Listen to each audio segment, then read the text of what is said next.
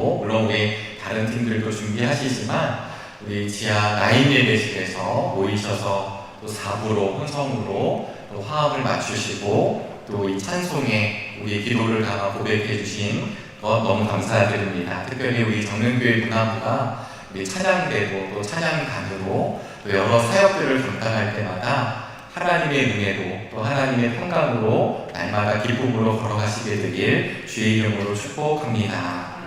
오늘은 우리가 너무나도 잘 아시는 말씀을 가지고 우리 은혜를 나누고자 합니다. 사실은 참 기쁘고 감사하게 삶의 길을 걷고 싶기도 하지만 때로는 우리 인생 가운데 위기도 찾아오고 또 공경을 만나기도 합니다.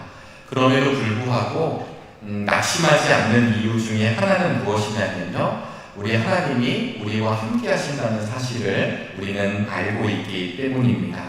그래서 그런 어려움들, 또 아픔들, 힘듦들을 우리 하나님께서는 다시 하나님의 은혜로, 하나님의 손길로 변화시켜 주시고 붙잡아 주신다는 놀라운 사실을 우리의 삶의 구비마다 다시 한번 누릴 수 있게 되기를 주의 이름으로 소망합니다. 특별히 이제 7월달을 맞이했고요. 우리 이제 내일 모레가 되면 7월 첫 번째 주일을 맞이하는데 맥주 감사 주일입니다. 네, 맥주 감사 주일입니다. 한 해의 반, 물론 우리가 농사를 짓는 건 아니지만 지금까지 지켜주신 하나님의 은혜를 기억하며 우리가 정성스럽게 예물도 준비하고 감사의 기도도 올려드리고, 그래서 맞이하는 주일날 정말 기쁘고 감사한 주일이 될 수 있기를 간절히 바랍니다. 오늘 말씀의 제목을 없음의 자리에 오신 예수님이라고 붙여보았고요. 오늘 이 요한복음 2장에 나오는 말씀을 통해서 함께 은혜를 나누기를 원합니다. 특별히 지금 2장에 보시면 여러분 무엇이 없냐면 잔치집에, 이 결혼식 잔치집에 풍성해야 될 포도주가 없는 사건이 이루어지고 있습니다. 우리가 요한복음 말씀을 집에서도 묵상하시고 또 여러 우리 담임 목사님 또 여러 목사님들을 통해서 요한복음 말씀을 이미 보셨겠지만 3장에 가보시면요, 니고데모가 확신이 없는 것을 이 성경은 드러내고 있습니다. 4장에 가보시면요, 사마리아 여인의 이야기가 나오면서 남편이 없고 소망이 없는 이야기가 등장합니다. 5장에 가보시면 베데스다 못가에서 서성거리는 수많은 이 아픈 분들의 이야기가 나오는데 38년 동안 그것을 서성이고 있었지만 자신을 도와줄 사람이 없는 이야기가 등장합니다. 6장에 가보시면요, 광야에 수많은 사람들이 모여 있는데 그곳에 먹을 떡이 없는 것을 보여줍니다. 7장에 가보시면 예수님의 형제들까지도 믿지 않는 믿음이 없는 것을 보여줍니다. 8장에 가보시면 가늠한 여인과 종교 리더들의 모습에서 보게 되는 진실함과 거룩함이 없는 장면들을 목도하게 됩니다. 9장에 가보니까 날 때부터 앞을 보지 못했던 시력이 없는 사람의 이야기가 등장하고요. 10장에 가보니까 수전절에 모인 수많은 무리들 그리고 종교자 지도자들의 진정한 목자가 없다라는 사실을 보여주고, 11장에서는 죽은 나사로가 등장하는데 이제 모든 것이 끝난 미래 없음을 보여줍니다. 이렇게 이어지는 말씀은 요한복음 21장에 가보시면 부활의 아침 갈릴리 바닷가에 서 있는 제자들의 모습이 등장하게 되는데 거기에는 고기가 없는 모습이 그려지고 있습니다. 사실은 여러 부분으로 요한복음의 말씀을 볼 수 있겠지만 저는 말씀을 묵상하면서 온통 없는 이야기들이 이 요한복음에 그려져 있는 것 아닐까 이렇게 묵상하게 되었습니다. 오늘 말씀은 요한복음 2장이기 때문에 가장 처음에 드러난 기적 사건이고 표적 사건입니다. 갈릴리 가나라고 하는 동네에 혼인잔치가 일어났습니다. 유대인들은 이 시절에 결혼식을 하게 되면 일주일 동안 하거든요. 아주 잔치집입니다. 아주 흥겹고 아주 기쁘고 너무 못 살고 힘들었다 할지라도 이날만큼은 준비하여서 마음껏 신랑, 신부, 가족, 친지, 친구들 이런 날들이 그 축제를 즐기는 날이기도 합니다. 그런데 이 날에 가장 중요한 그들의 잔치상에 중요한 포도주가 떨어져 공경에 처한 이야기가 오늘 본문에 등장하게 되거든요. 여러분, 이 사실을 보면 우리도 우리의 인생을 걸어갈 때 가장 행복해야 될 청춘의 시기에, 때로는 청춘이기에 아픔도 경험하고 그늘도 있음을 우리 이미 알고 있습니다. 푸른 5월에도 그늘도 있고 비바람도 있다는 사실을 우리는 인생길을 걸어오며 잘 알고 있습니다. 포도주는 사실 귀한 것이죠. 그래서 이 잔치집에서 사실은 빠지면 안 되는 것, 저는 경기도에 살아서 잔치집에 뭐가 빠지면 안 된다 이런 거는 잘 들어본 적이 없는데, 저도 들은 게 있거든요. 우리 전라도에서는 뭐가 빠지면 안 된다 그러더라고요. 잔치집에는 뭐가 빠지면 안 된다. 뭘까요? 네, 홍어가 빠지면 안 된다고 합니다. 왜냐하면 그게 있어야 이게 이제 잔치의 완성이라고 하는 거죠. 그런 식으로 지금 이 유대 사회에서 결혼식이 되면 이 포도주가 꼭 빠지지 말아야 된다는 것을 사실은 성경은 반영하고 있습니다. 만약 제대로 준비하지 못했으면 이 집 제대로 잔치 못했네, 제대로 준비 못했네, 이렇게 사람들이 평가할 수밖에 없는 것. 그래서 여러분, 잔치집에 가보시면 항상 이 음식에 우리들도 참 많이 신경을 쓰지 않을까요? 그런데 잔치 초입에 벌써 동이 나게 되는 것입니다. 없다라고 하는 사실, 그리고 결핍이라고 하는 말은 참 우리를 슬프게 합니다. 저 때는 아니지만 우리 부모님 세대에 많이 들었던 이야기 중에 하나가, 껌을 씹게 될 때 이 껌이 아까워서 맨날 며칠을 씹었다. 그래서 어디다 붙여놓았다. 붙여놓은 걸 다시 떼어 먹었다. 저희 때는 아닙니다만 그런 이야기를 들었습니다. 영양이 결핍되었기 때문에 아이들마다 누런 코가 나오게 되고, 이 아이들은 이 누런 코를 이 자신의 이 팔로 닦다 보니까 아주 반질반질했다. 저희 때는 아닙니다만 그런 이야기를 들었습니다. 그럴 수밖에 없었던 이유는 영양소의 결핍의 시대였기 때문이죠. 지금은 어떠신가요? 오늘도 저녁 맛있게 드셨죠? 네, 우리는 참 풍성하게 먹을 것을 먹습니다. 잘 살게 되어서 잘 먹습니다. 그러나 오히려 이제는 운동할 시간이 없어서 운동 결핍의 시대를 살아가기도 합니다. 돈이 힘이 되는 세상이라고 이야기하기 때문에 수많은 사람들이 경제적 결핍을 이야기합니다. 어떤 사람들은 돈 때문에 자신의 사랑하는 가정을 등한시하여 가족을 잃어버리는 사람들도 있습니다. 가정의 사랑이 결핍되는 시대도 맞이했다고 이야기합니다. 그러니까 결과적으로는 없다라는 말, 결핍된다라는 말은 참 우리를 슬프게 하는 말입니다. 그런데 오늘 본문에서 사실 우리에게 강조하는 것이 있습니다. 그것이 무엇이냐면, 사흘째 되던 날에 갈릴리 가나의 혼인잔치가 있었고 예수의 어머니가 거기에 계셨고, 2절에 보니까 예수와 그의 제자들도 그 잔치에 초대를 받았다. 그러니까 오늘 이 잔치집의 주인은 예수님은 아니시죠. 예수님도 초대를 받으셨습니다. 이 없음의 자리, 결핍의 자리에 우리 예수님이 그 자리에 계시다는 것을 보여주고 있습니다. 오늘 사건 가나 혼인잔치집에 포도주가 없을 때 이제 어머니 마리아가 예수님을 부릅니다.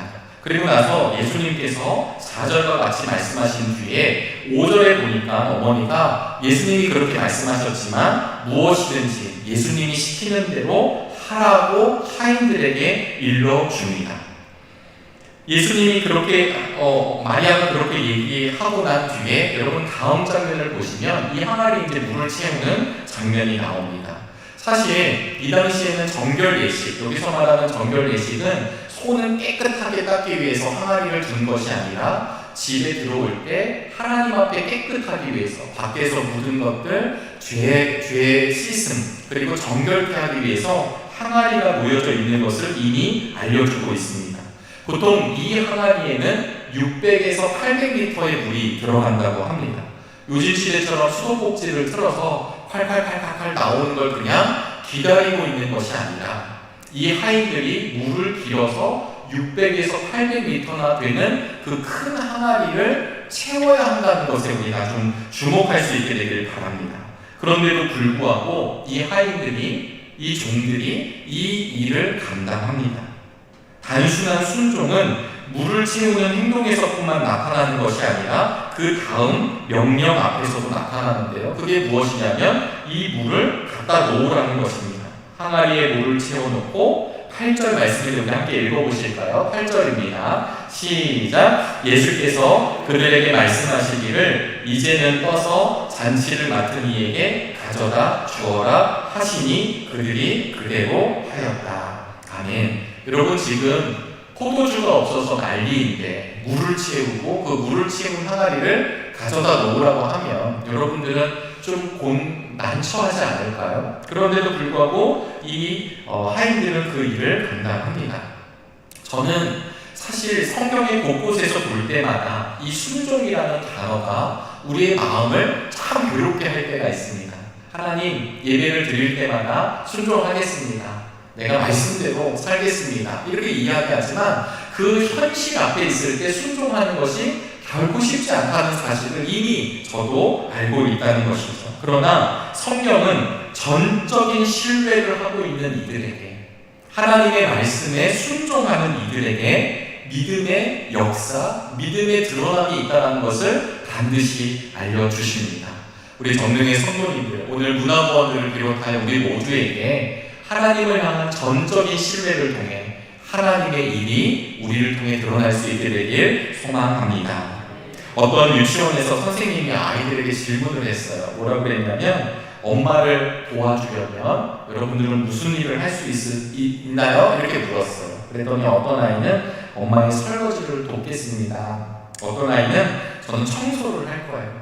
어떤 아이는 신발장을 정리할 거예요. 그런데 어떤 친구가 말을 하지 않는 거예요. 그래서 선생님이 준원아, 너는 왜 이야기하지 않아? 준원이는 어떻게 엄마를 도울 수 있어? 그랬더니 그 준원이가 변준원 말고 다른 준원이가 이렇게 얘기한 거예요. 저는 가만히 있을 거예요. 그래서 왜 가만히 있을 거야? 그랬더니 우리 엄마가 그러는데 너는 가만히 있는 게 날 도와주는 거니까, 이런 얘기를 들었다는 거죠. 우스갯소리 있을지 모르겠지만 사실은 수많은 사람들이 믿음의 세계에 있으면서 그냥 가만히 있으려 할 때가 참 많이 있습니다. 하나님을 전적으로 신뢰하면서 순종하는 우리의 삶이 드러나게 될 때 사실 하나님의 역사가 드러나게 됩니다. 오늘 이 하인들은 그런 모습을 잘 보여주죠. 우리가 예배를 드리며 말씀을 나누며 기도하며 찬양하며 우리 신앙의 길을 걸어갈 때 하나님의 음성에 순종할 수 있게 되기를 간절히 바랍니다. 그런데 오늘 이 순종의 역사보다 더 중요한 것을 사실은 또 이야기하고 있습니다. 왜냐하면 단순히 순종한 하인들이 있어서 기적이 일어난 게 아니다라는 사실입니다. 믿음으로 간구했던 마리아, 어머니 마리아가 예수님께 이 이야기를 했기 때문에 이 일이 벌어진 것도 아닙니다. 여러분, 가장 중심적인 건 무엇이냐면 이 가나의 혼인잔치 집에 예수님이 계셨다라고 하는 사실입니다. 예수님의 현존, 예수님의 자체, 예수님 그분이 이 기적을 일으키시고 있다는 것을 기억할 수 있게 되기를 간절히 바랍니다. 예수님이 계셨기 때문에 문제가 해결되었지, 사실 주님이 거기 계시지 않았다면 아무리 다른 사람들이 물을 채웠다 할지라도, 아무리 그것을 바꿔내려고 한다 할지라도 바뀌어지는 것이 아닌 것입니다. 우리 주님은 정말로 생명으로 이 땅에 오셨습니다. 이 첫 번째 기적 사건을 통해서 예수님께서는 우리에게 어떤 역사를 허락해 주실 것을 예고하고 계시기도 합니다. 오늘 본문의 마지막 절처럼 이 행동을 유심히 보고 있는 제자들에게 그 생명의 역사를 보여주고 계십니다. 사랑하는 여러분, 우리는 사실은 이 예수님의 십자가에서 하나님의 사랑이 구체적으로 드러난다는 사실을 잘 알고 있습니다. 허물과 죄로 인해 죽을 수밖에 없는 우리들, 하나님과 원수였던 우리들, 본질상 진노의 자녀였던 우리들에게는 사실 소망도 없고 용서도 없고 생명도 없고 미래도 없는 이 없음의 자리에 있을 수밖에 없었지만, 그러나 십자가 위에 죽으시고 부활하신 그분으로 말미암아 이제 우리는 없음의 자리가 아니라 우리 하나님과 있음의 자리에 있다는 사실을 기억할 수 있게 되기를 바랍니다. 없음의 자리, 없음의 인생, 그리고 없음의 가정, 없음의 일터, 이 모든 곳에 예수님이 계심으로 말미암아 변화되기 시작합니다. 제가 서두에 2장에서는 포도주 사건이거든요. 예수님 때문에 아주 고급의 포도주가 등장하게 됩니다. 믿음 없었던 니고데모였었지만 십자가 앞에 달려 돌아가신 예수님의 시신을 내리는 제자로 이 니고데모가 변화하게 되고요. 남편이 없어 희망이 없던 사마리아 여인은 예수님을 만나고 난 뒤에 물동이를 버려두고 내가 메시아를 만난 거라고, 그가 남들의 눈을 피해 정오에 그 물을 끌어 다니던 여인이 이제는 사람들을 향해 외치는 사람으로 변하게 되었습니다. 좌절과 절망 가운데 있었던 그 비참한 병자는 예수님의 말씀으로 건강을 얻게 되었습니다. 빵 없는 들판에서 굶주린 사람들은 배불리 먹게 되었고, 죽은 나사로는 다시 무덤에서 걸어 나오게 되었고, 마지막으로 물고기 한 마리 잡지 못했던 그 예수님의 제자, 그 허전했던 인생들은 이제 끌어올릴 수가 없을 만큼 많은 물고기를 잡는 인생으로 변화됐다라는 것을 요한복음은, 또 우리 말씀은 우리에게 이야기해주고 있습니다. 사랑하는 우리 정령의 성도 여러분, 우리가 인생을 바라볼 때 때로는 참 어렵게 우리 인생을 바라볼 때가 있습니다. 한탄할 때가 있고 절망적일 때가 있고 그리고 힘이 들 때가 있습니다. 왜 없을까요? 왜 어려운 문제가 없겠습니까? 그러나 사실은 예수님은 오늘 우리들에게 뭐라고 말씀하시냐면, 없음의 인생에 찾아오신 그 예수님을 만남으로 말미암아 우리의 인생에 있음이 있다는 사실을 기억할 수 있게 되기를 간절히 바랍니다. 오늘 본문 말씀 11절에서 이런 말씀이 등장합니다. 예수께서 이 첫 번 표징을 갈릴리 가나에서 행하여 자기의 영광을 드러내시니 그의 제자들이 그를 믿게 되었다. 아멘. 이 첫 번째라고 하는 말입니다. 사실 이 포도주 사건은 기적이죠. 물이 변하여 포도주가 되었습니다. 이건 기적입니다. 근데 사실 이 기적을 미라클, 우리가 잘 아는 단어, 이런 단어로 쓸 수 있음에도 불구하고 요한복음에서는 사인이라는 말을 쓰게 됩니다. 이 사인이라는 말은 헬라어로 표적이라는 말에서 등장합니다. 좀 더 쉽게 표현을 하면 표지판, 신호등 같이 보여주는 것입니다. 그런데 이 첫 표적이라는 것은 첫 번째로 일어난 표적이라는 뜻도 있지만 보다 근원적으로는 1차적이고 본질적으로 변화됐다라고 하는 이야기도 담겨져 있습니다.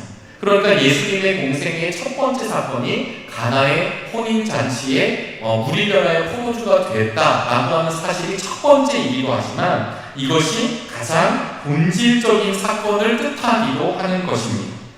이런 일은 믿음으로 살아가는 우리들 삶 가운데서 계속되는 일이라는 사실을 기억하실 수 있게 되기를 바랍니다. 우리가 예수님을 믿고 우리 정령교회에서 신앙생활을 하면서 몸이 건조한 사람들이 아니라 우리의 삶의 한복판에 와 계신 우리 예수님과 만나 동행함으로 말미암아 주님께 영광을 올려드리는 것, 이 삶이 우리 모두의 삶이 되기를, 소망이 되기를 주의 이름으로 축원합니다. 평생 한국에서 사역하다가 본국으로 돌아간 페페라고 하는 신부님이 계세요. 그분의 제자가 누구냐면 잔영희 교수님이신데 서로 서신을 주고받은 이야기가 알려져 있습니다. 그래서 이 페페라고 하는 신부님이 내가 이제야 깨달은 것이라고 하는 이야기가 있는데 많은 이제 편집글이 있지만 그 중에 한 부분을 제가 잠깐 말씀드리겠습니다. 사랑을 포기하지 않으면 기적은 정말 일어난다는 것을, 누군가를 사랑하는 마음은 숨길 수 없다는 것을, 삶은 두루마리 화장지 같아서 끝으로 갈수록 더욱 빨리 사라진다는 것을, 돈으로 인간의 품격을 살 수 없다는 것을, 부모님이 돌아가시기 전에 단 한 번이라도 사랑한다는 말을 하지 못하는 것은 영원한 한이 된다는 것을, 우리 모두는 다 정상에 서기를 원하고 살고 싶어 하지만 행복은 그 산을 올라갈 때라는 것인데, 마지막 후미에 이렇게 신부님이 이야기를 합니다. 그런데 왜 우리는 이 모든 진리를 삶을 다 살고 나서야 깨닫게 되는 것일까? 살아온 길을 뒤돌아보면 너무나 쉽고 간단한데, 진정한 삶은 늘 해답이 뻔한데 왜 우리는 그렇게 복잡하고 힘들게 살아가는 것일까? 이게 그분이 자신의 제자와 주고받은 내용의 편지 내용들입니다. 우리는 나이가 들어서야, 지나가서야 깨달을 때가 많이 있습니다. 가족을 잃고 나서야, 가정이 깨지고 나서야, 사업이 망하고 나서야, 몸이 병들고 나서야, 모든 것을 잃어버린 다음에야 우리가 그것을 깨달을 때가 있습니다. 근데 오늘 말씀은 그것을 우리에게 표징으로 보여주시는데요. 그것이 무엇이냐면 예수님을 모시고 그분의 말씀에 붙잡혀 나아가면 텅 빈 인생이 채워진다라고 하는 것입니다. 이 채워짐은 세상의 것들로 채워지는 것이 아니라 그분 것이 채워진다라고 하는 말입니다. 사랑하는 여러분, 우리 주변을 둘러보시면 사실 평화를 누리기가 어렵습니다. 평화가 없는 세상이고, 외로운 세상이고, 문제투성이의 세상이고, 부패한 세상인 것을 알 수 있습니다. 그래서 이 말을 결론적으로 내려보면 참 결핍으로 가득한 세상입니다. 그래서 우리는 세상길을 걸어갈 때 너무나도 힘이 들 때가 분명히 있고 고통스러울 때가 있습니다. 우리의 인생에는 계속해서 포도주가 떨어지고 있습니다. 당연히 없음의 자리가 계속 만들어지고 당황할 수밖에 없고 당혹게 되는 자리를 우리는 걸어갈 수밖에 없습니다. 그래서 고민하기도 하고 걱정하기도 하고 담장을 설쳐가며 외로움의 길을 걸을 때가 우리에게 있습니다. 그런데 여러분, 이 문제를 어떻게 해결하시겠습니까? 우리의 노력이 아니라 그 자리에 함께 계신 예수님을 모셔드리게 되기를 주의 이름으로 소망합니다. 우리가 없다라고 느낀다 할지라도 그 없음을, 텅 빈 인생을 다시 채워주시는 하나님의 은혜, 그 예수님의 손길을 기억할 수 있게 되기를 간절히 소망합니다. 죄인을 하나님의 자녀로 삼으시는 놀라운 기적이 십자가에서 일어났습니다. 그 십자가에 나타난 하나님의 영광을 보고 하나님의 다함없고 변함없는 사랑을 받아들이신다면 우리의 삶의 자리는 늘 하나님 것으로 채워진 있음의 자리가 될 것입니다. 오늘도 한 주간 살아오시느라 애쓰셨습니다. 한 주간 열심으로 달려오시느라 수고하셨습니다. 그러나 우리가 다를 것 아니라 오늘 우리 주님이 허락해 주시는 말씀과 찬양과 기도를 통해 세상의 그 무엇이 아닌 하나님의 것으로 채워지는, 그래서 결핍을 해결하는 믿음의 시간이 되시기를 주의 이름으로 축원합니다. 기도하시겠습니다. 하나님, 인간의 극한 상황은 하나님의 기회라고 고백한 하나님의 사람들이 있습니다. 인간의 극한 상황을 마주할 때마다 포기하고 싶고 내려놓고 싶고 절망하고 낙심하고 낭망하는 우리의 인생이 그 결핍과 없음의 자리에서 살아계신 우리 주님을 만나는 은총을 허락하여 주시옵소서. 우리 정릉교회가 70주년 동안 은혜 가운데 걸어오게 하여 주신 것 감사합니다. 때마다 하나님의 귀한 목사님들을 보내주시고 하나님의 장로님들을 세워주시고 하나님의 귀한 권사님들, 집사님들, 믿음의 성도들을 세워주셔서 이 땅 위에 하나님의 나라가 어떠한 곳인지, 하나님의 사랑이 무엇인지를 우리들의 삶을 통해 드러내게 하여 주신 것 감사합니다. 하나님, 그것으로 만족치 말게 하여 주시고 오늘 이 시대를 살아가고 있는 우리들을 통하여 계속해서 이어가게 하여 주시옵소서. 우리 정릉교회가 전교인 수련회를 비롯하여 여러 가지 12개의 돌들을 놓을 때마다, 기념 사업들을 진행할 때마다 하나님, 우리의 없음의 자리에 찾아오신 예수님을 함께 만나며 다시금 일어서는 은혜를 허락하여 주시옵소서. 오늘 우리의 모든 기도 제목들, 우리의 모든 연약한 것들 우리 주님께 아뢰기를 원합니다. 주님 함께하여 주시옵소서. 이 모든 말씀 살아계신 예수 그리스도의 이름으로 기도하옵나이다. 아멘.